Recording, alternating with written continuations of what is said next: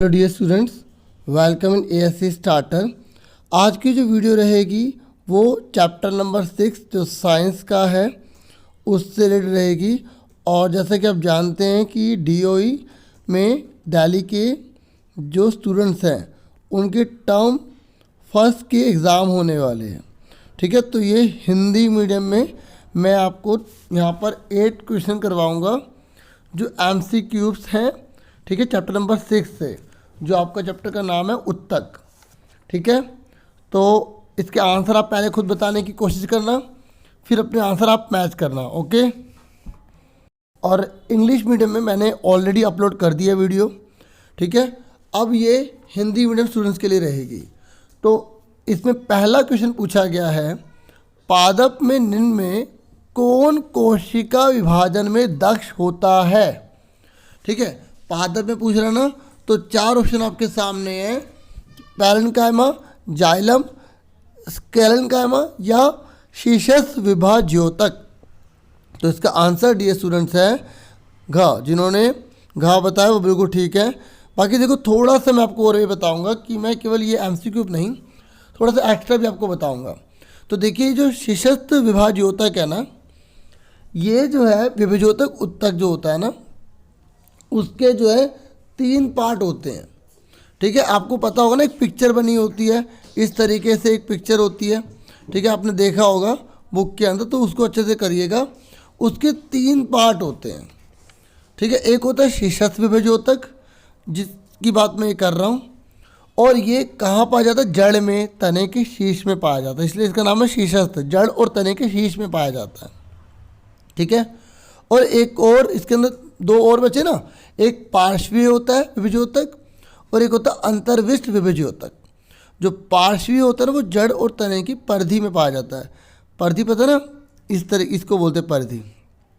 तो जो भी तना होगा, जो जड़ होगी, उसकी परिधि में, इसकी बाउंड्री में पाया जाएगा। तीसरा होता है अंतर्विष्ट विभाज्योतक। ठीक है, जो पत्तियों के आधार में, जो पत्तियों का जो आधार है, ठीक है, उसके आधार पे, और जो टहनियाँ हैं उनके पर्व के दोनों ओर पाया जाएगा। आप पिक्चर में देखेंगे, आपको क्लियर हो जाएगा। ठीक है, थोड़ा सा मैं ऐसे थोड़ा बताऊंगा, जिनको केवल आंसर सुनने वो वीडियो को जल्दी आगे कर लेना। ठीक है, तो पैरेन्काइमा के बारे में थोड़ा सा हम जान लेते हैं। आंसर तो मैंने बता दिया ना, इसका घा है। तो पैरेन्काइमा के बारे में थोड़ा सा मैं आपको बता देता हूँ। जो पैरेन्काइमा होते हैं बच्चों, वो जीवित कोशिकाएँ होती हैं। ठीक है, पैरेन्काइमा क्या होती हैं? जीवित कोशिका होती हैं। और आपको ये पता होना चाहिए, जो स्थायी उत्तक होता है ना, स्थायी उत्तक, उसके 2 प्रकार होते हैं। एक होता है सरल स्थायी उत्तक, ठीक है, दूसरा होता है जटिल स्थायी उत्तक। तो जो पैरेन्काइमा होता है ना, वो सरल स्थायी उत्तक का एक प्रकार है। सरल स्थायी उत्तक में 3 चीज़ें आती हैं। एक आता है पैरेन्काइमा, कोलेन्काइमा और स्क्लेरेन्काइमा। ठीक है, तो पैरेन्काइमा के बारे में आपको मैं बता रहा हूँ कि जो पैरेन्काइमा होता है ना, वो जीवित कोशिकाएं होती हैं। ये गोल होती हैं, अंडे की आकृति की होती हैं। ठीक है, और इसमें कोशिका जो भित्ति होती है वो पतली होती है। ठीक है, इसमें जो साइटोप्लाज्म होता है ना, साइटोप्लाज्म, इसके अंदर भी जो है ना, वो डेंस पाया जाता है, मतलब सघन होता है। सुन रहे हो मेरी बात? और इतना बहुत है इसके लिए। जाइलम आपको मैंने बताया था, वो क्या करके लेके जाता है? वो जड़ से पौधे के विभिन्न भागों तक पानी को, खनिज को लेकर जाता है। यार ना, जाइलम जो होता है वो एक ही तरह मूवमेंट करता है, मतलब नीचे से ऊपर की ओर जाता है। ठीक है, और एक फ्लोएम होता है ना, जो खाना पत्तियों के अंदर बनता है, उसे लेके जाता है, वो नीचे ऊपर दोनों की तरफ जाता है। तो पहले वाले के बारे में मैंने बहुत कुछ आपको बताया। ठीक है, और थोड़ा सा मैं स्क्लेरेन्काइमा के बारे में बता दूं कि देखिए, जो स्क्लेरेन्काइमा होता है ना, उसकी कोशिका भित्ति मोटी होती है, इसकी पतली होती है ना, इसकी मोटी होती है। ठीक है, आपने नारियल देखा ना, नारियल, तो नारियल के ऊपर जो इस तरीके से बाल से जैसे आप देखते हैं, ठीक है, तो वो क्या होता है? वो स्क्लेरेन्काइमा ही है, क्योंकि ये मृत होता है। ये जो स्क्लेरेन्काइमा होता है ना, ये मृत होता है। ठीक है, समझ में आ गया? तो पहले वाले का आंसर क्या है? घ। लास्ट में एक बार सारे आंसर भी बता दूंगा दोबारा से। ये कह रहे पादपों में जो वृद्धि होती है वो कहाँ होती है? कुछ हिस्सों में सीमित होती है। आंसर बताते रहना केवल तने तक होती है, सभी भागों में एक जैसी होती है, केवल जड़ों तक ही सीमित होती है। देखिए कुछ हिस्सों में ही सीमित होती है, हर जगह पौधे में वृद्धि नहीं होती रहती, कुछ हिस्सों तक सीमित होती है। जब आप इस क्वेश्चन को चैप्टर 6 एनसीईआरटी की बुक में खोलेंगे ना, दूसरे पेज पर देखेंगे तो आपको ऐसी लाइन लिखी हुई मिल जाएगी। ठीक है, वेरीफाई अगर आप करना चाहते हैं तो। ठीक है, अब आ जाइए थर्ड क्वेश्चन पर। ये कह रहे अंतर्विष्ट विभिजोतक पाया जाता है। ये जो अंतर्विष्ट विभिजोतक होता है ये कहाँ पाया जाता है? तो आपसे अंतर्विष्ट विभिजोतक के बारे में बोल रहा है कि पत्तियों के आधार या टहनियों के पर्व के दोनों तरफ पाया जाता है, बढ़ती जड़ों के शीर्ष पर पाया जाता है, छाल के नीचे पाया जाता है, या तने के शीर्ष पर पाया जाता है। तो पत्तियों के आधार की बात हो रही है और टहनियों के पर्व के दोनों तरफ की बात हो रही है। तो ये अंतरिक्ष विभिजोतक की बात होती है। मैंने अभी आपको समझाया था, तो इसका आंसर क्या है? ए है। ठीक है, समझ में आ गया, इसका आंसर ये है। ठीक है, और जड़ों के शीर्ष पर अगर मैंने बताऊं तो अभी मैंने आपको बताया था जो शीर्षस्थ होता है ये वाला, ठीक है, ये जो ऊपर वाला जो भी लिखवाया था हमने, तो वहाँ पाया जाता है। ठीक है, समझ में आ गया आपको? आगे देखिए, उसके बाद तने के शीर्ष पर, तो तने के शीर्ष पर भी शीर्षस्थ होता है, ये वाला भी हमने बताया था ना, ये वाला। ठीक है, और तो अंतर्वृष्ट का पूछ रहा तो क्या हो गया इसका आंसर? ये वाला हो गया। अभी कह रहा है लंबी और संकरी मृत कोशिका पादप के किस उत्तक के रूप में होती है? तो अभी मैंने आपको बताया ना, जो मरी हुई होती है वो किस में होती है? स्केलन कायमा में। ठीक है, समझ में आ गया आपको? क्लियर हो रहा है ना? और जो कॉलन कायमा होता है, ठीक है, कॉलन कायमा के बारे में मैंने अभी आपको बताया। ठीक है, अच्छा, मैंने कॉलन कायमा के बारे में आपको नहीं बताया। तो कॉलन कायमा जो होता है वो भी जीवित होता है। ठीक है, ये इसकी भी लंबी लंबी होती है, ठीक है, पतली पतली होती है, ये याद रखना। ठीक है, पर ये जीवित होता है, ये मरा हुआ होता है, ये जीवित होता है, ये भी जीवित होता है। देखो ये और ये जीवित होते हैं, और ये जो स्केलन कायमा होता है ना, ये मृत होता है, याद रखना, ये मृत होता है। समझ में आ रहा है? कॉलन कायमा जो है ना, ठीक है, और इसमें कुछ जगह जगह पर जो है ना, कॉलन कायमा में प्रकाश संश्लेषण का भी कार्य होता है। क्लियर हो गया? चलो, तो इसका आंसर में क्या हो गया? ख हो गया। और विभिजोतक के बारे में मैं आपको, ठीक है, अभी बता ही चुका हूँ। उसके नेक्स्ट अस्थि क्या है? देखो अस्थि जो है ना वो संयोजी उत्तक है। ठीक है, तो संयोजी उत्तक के बारे में थोड़ा सा मैं आपको और बता दूं कि संयोजी उत्तक में कौन कौन से होते हैं। देखिए, संयोजी उत्तक में दो बातें तो और याद रखना कि संयोजी उत्तक के ना दो पार्ट होते हैं। ये संयोजी उत्तक होते हैं, इसके दो पार्ट होते हैं। एक होता है मैट्रिक्स, ठीक है, याद रखना, एक मैट्रिक्स होता है, दूसरा कोशिका होती है। ये बहुत इंपॉर्टेंट चीज़ है, मैट्रिक्स के बारे में पूछ लेता है। ठीक है, और जो संयोजी उत्तक की मैं एग्जांपल दे रहा हूँ, तो एक उत्तक है इसका रक्त, ठीक है, और लस्सी का भी होती है। ठीक है, ये लिक्विड में होते हैं, द्रव अवस्था में होते हैं, पूरे शरीर को जोड़ने का काम करते हैं, अलग अलग भागों को बहुत सारी चीज़ें प्रदान करते हैं ना, इसलिए इसको तरल संयोजी उत्तक कहते हैं। ठीक है, सुन रहे ना मेरी बात? ठीक है, और आगे समझ लो, आगे मैं आपको बता दूं, जैसे मैट्रिक्स के बारे में पूछेगा तो उसमें जो प्लाज्मा जो है ना, वो उसमें 90 से लेकर 92 के आसपास पानी होता है, जो प्लाज्मा है ना, जो मैट्रिक्स की हम बात कर रहे हैं उसमें।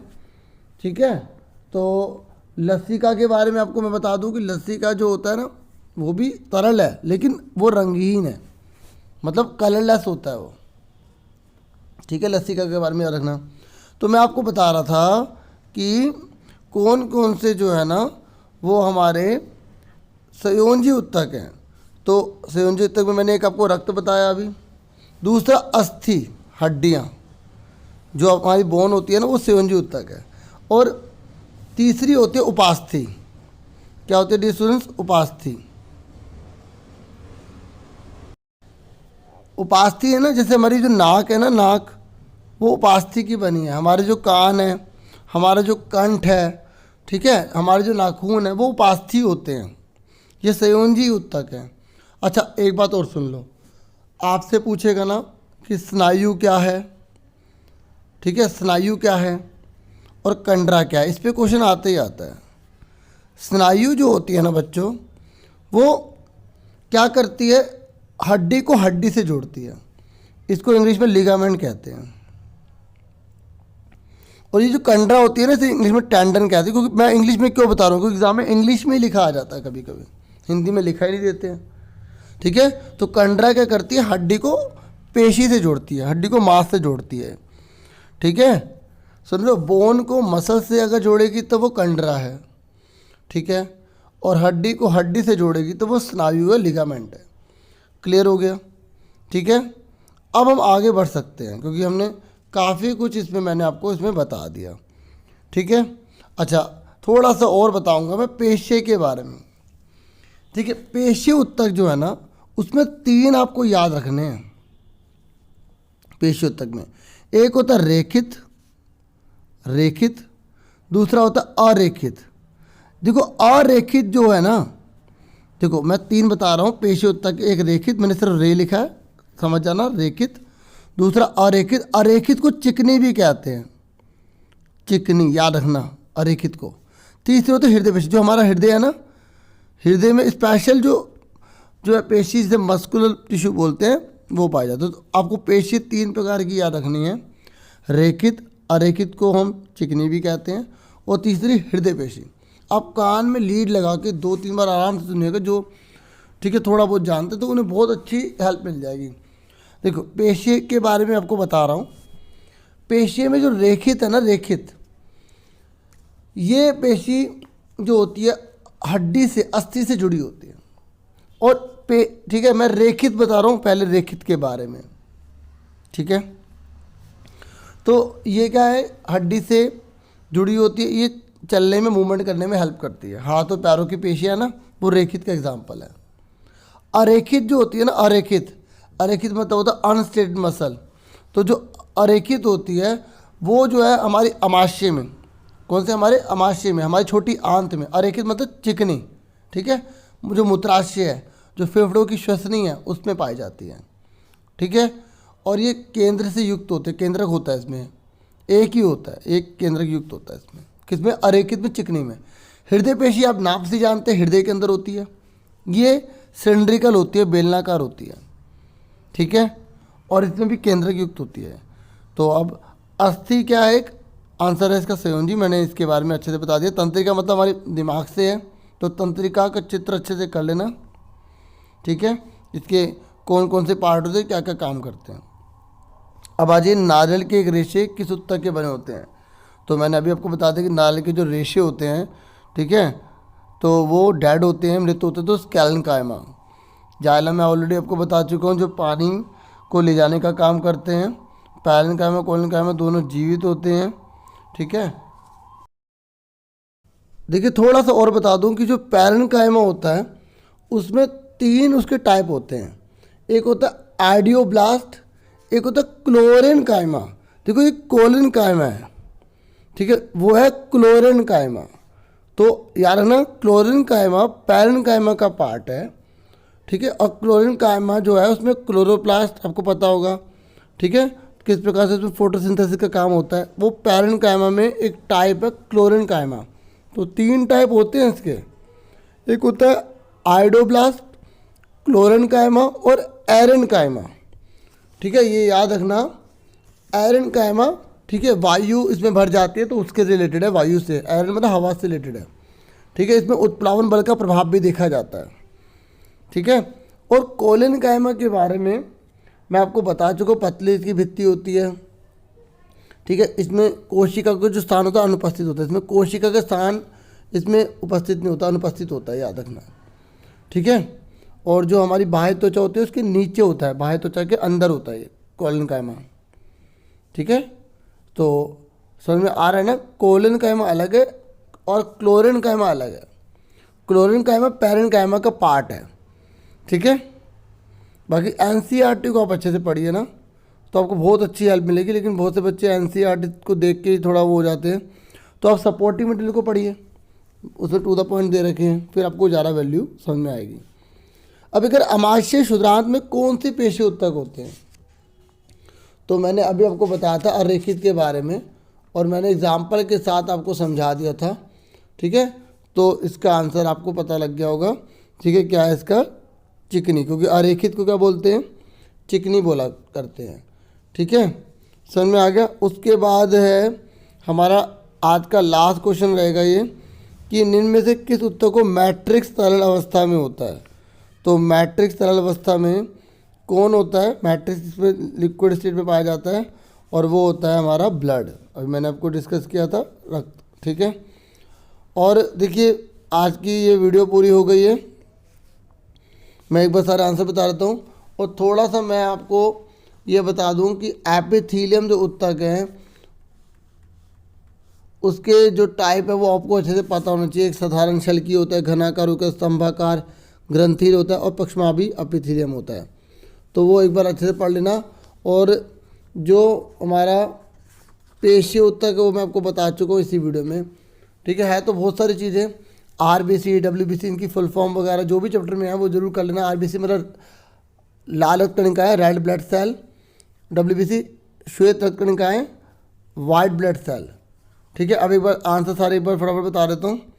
ठीक है, तो देखिए पहले वाले का जो था वो घ, दूसरे वाले का है क, तीसरे वाले का है क। ठीक है, चौथे वाले का है ख, पांचवें वाले का है ख, छठे वाले का है ख, सातवें वाले का है ख और आठवें वाले का है रक्त। ठीक है, मतलब ग। तो इस तरीके से वीडियो पूरी होगी। मुझे पूरी उम्मीद है वीडियो आपके लिए हेल्पफुल होगी। चैनल को सब्सक्राइब जरूर कीजिएगा, वीडियो को जो है लाइक जरूर कीजिएगा। अगर आप चैनल पर न्यू हैं तो भी लाइक कीजिएगा, नहीं है तो भी जरूर कीजिएगा। और मुझसे इस प्रकार जुड़े रहिएगा। मैं आपके लिए और वीडियोस लाने की पूरी कोशिश करूँगा।